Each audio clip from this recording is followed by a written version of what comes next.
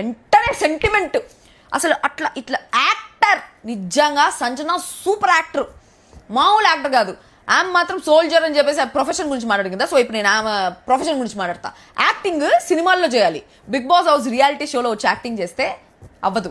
ఎందుకంటే సడన్ గా మాట్లాడుతూ ఉండింది సీరియస్ గా, వెంటనే మీరు మాత్రం నూనె రాస్తారని అంటే వాడు నా బాబు లేడు, నా బాబు ఇంట్లో ఉన్నాడు కాబట్టి హౌస్లో నాకు వాడు కొడుకులా కాదు, ఎవరు నమ్మిన సెంటిమెంట్ ఎందుకు? సడన్ గా సెంటిమెంట్ ఆడించి సడన్ గా కన్నీళ్ళు ఆడించి వచ్చేస్తాయి.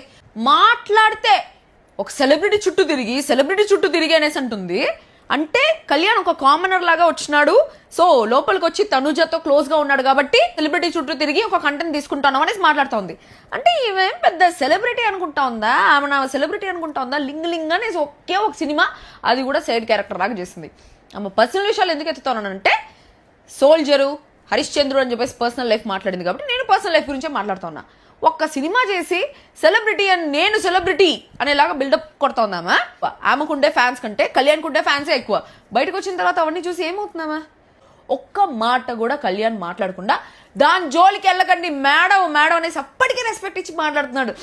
ఓ నాకు రగిలిపోతా ఉండింది ఇక్కడ కూర్చుని చూస్తూ ఉంటే. ఎందుకు ఇంత దిగజారిపోతుంది?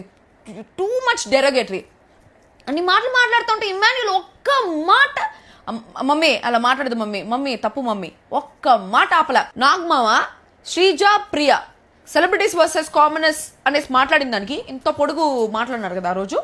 ఈ వారం సంజన గారిని కూడా అట్లే అడ్రస్ చేయాలి.